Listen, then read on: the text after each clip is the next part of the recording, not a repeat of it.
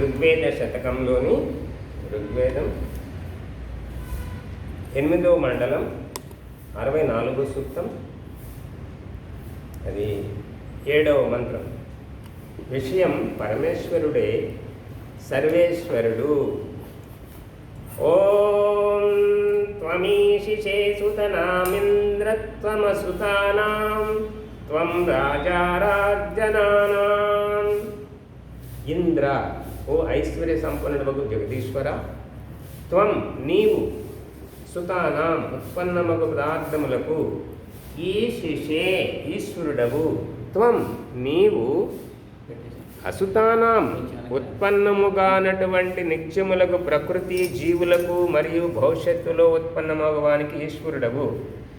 నీవు జనానాం జనులకు రాజువు. ఇది పదార్థము. ఇప్పుడు దాని భావార్థము. ఓ ఐశ్వర్య సంపన్నుడవగు జగదీశ్వర, నీవు ఉత్పన్నమగు పదార్థములకు స్వామియు ఈశ్వరుడవు. నీవు ఉత్పన్నము కానటువంటి పరమాణుములు, నిత్యములకు ప్రకృతి జీవులకు మరియు భవిష్యత్తులో ఉత్పన్నమగు వానికి ఈశ్వరుడవు. నీవు జనులకు, పరమాణువులకు ప్రకృతికి రారాజువు. ఇది ఇందులో ఉన్నటువంటి భావార్థం. ఇదేమిటంటే ఉత్పన్నమయ్యేవి, ఉత్పన్నం కానివి రెండింటి విషయం చెప్పారు. ఉత్పన్నము కానివి 3 ఉన్నాయి. అవి నిత్య పదార్థాలు. ఒకటి ప్రకృతి, మూల ప్రకృతి. అది ఉత్పన్నం అవ్వదు, ఎప్పటికీ ఉంటుంది. అది పరిణామం చెందుతుంది సృష్టిగా. ఈ జగత్తుగా సృష్టి ఇవన్నీ ఎక్కడి నుంచి వచ్చినాయి అంటే ఆ మూల ప్రకృతి నుంచి వచ్చినాయి. కాబట్టి అది అవినాశి, అది సనాతనం, ఎప్పుడూ ఉండేది, నిత్యము. కాబట్టి అది ప్రకృతి. అలాగే ఇంకొకటి రెండోది ఈశ్వరుడు. ఈశ్వరుడు కూడా అతడు జన్మించేవాడు కాదు, ఉత్పన్నమయ్యేవాడు కాదు. నిత్య పదార్థాలు 3 ఒకటి ప్రకృతి, 2 పరమాత్మ, 3వది జీవుడు. జీవాత్మ కూడా జన్మించడు, ఉత్పన్నము కాడు. అతడు కూడా అనాది పదార్థములలో ఒకడు. ఈ 3 విషయం ఇందులో చెప్పబడింది. వీటన్నిటికి కూడా పరమాత్మ, వీటన్నిటికి కూడా ఈశ్వరుడు స్వామి.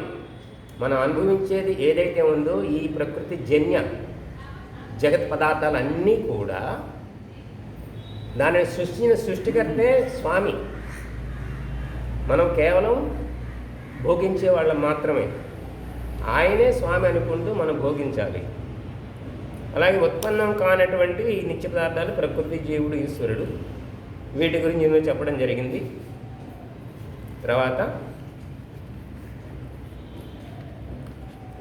ఋగ్వేదం మండలం 8, సూక్తం 69, మంత్రం 6. విషయం జ్ఞానానందముల ప్రాప్తి. జ్ఞానము మరియు ఆనందముల ప్రాప్తి విషయంలో చెప్తున్నారు. ఓం ఇంద్రాయ గావ ఆశిరం దుదుహే వజ్రిణే మధు యస్సీముపహ్వరే విదత్.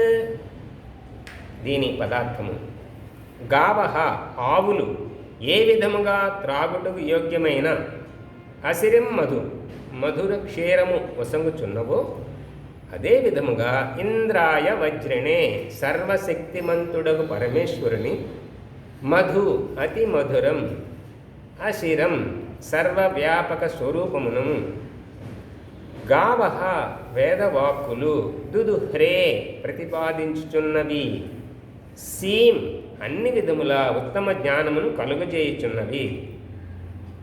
ఏ ఆనందము జ్ఞానము గలదో దానిని ఉపహ్వరే ఏకాంతమున ధ్యానావస్థితులమై విదత్ పొందగలము. ఇది పదార్థము. ఇప్పుడు దీని యొక్క భావార్థము. ప్రాతః సాయంకాలముల ప్రశాంత వాతావరణమందు ఏకాగ్ర చిత్తముతో ధ్యానము చేసి జ్ఞానమును అర్జించి సుఖమును పడేయవచ్చును.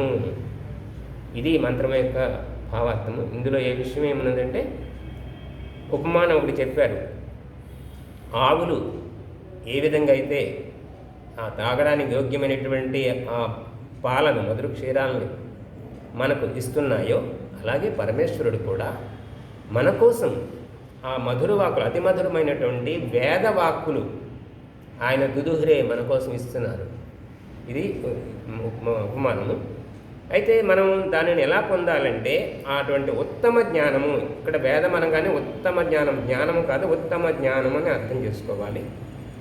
ఆ జ్ఞానం కలదో, ఆ జ్ఞానంతో పదార్థ యథార్థ జ్ఞానాన్ని గ్రహించి దాన్ని ప్రయోగించి అప్పుడు దాని నుంచి ఆనందం పొందుతాం. ఆనందం పొందడానికి మామూలుగా కాకుండా ఏకాంతంలో ధ్యానావస్థితిలోకి వెళ్ళి ఈ సమస్తమైనటువంటి భౌతిక ప్రపంచాన్ని విడిచి ఆ పరమాత్మలో లీనమై ఆయన యొక్క ఆనందాన్ని మనం పొందాలి అని వేదం చెప్తుంది. ఆనందం అనేది కేవలం పరమాత్మ దగ్గరే ఉన్నది, ఈ భౌతిక పదార్థాలు లేదు. సంతోషము, సుఖాలు, దుఃఖాలు ఇవి ఉన్నాయి, కానీ భౌతిక వస్తువుల్లో ఆనందం అనేది ఎక్కడా లేదు, కేవలం పరమాత్మ దగ్గర మాత్రమే ఉన్నది. కాబట్టే ఆనందాన్ని మనం అనుభూతి చెందాలంటే ఆ ధ్యానావస్థ, సమాధ్యావస్థలకు వెళ్ళవలసిందే అనేది ఈ మంత్రంలో మనం గ్రహించవలసిన విషయం. ఓం ఇది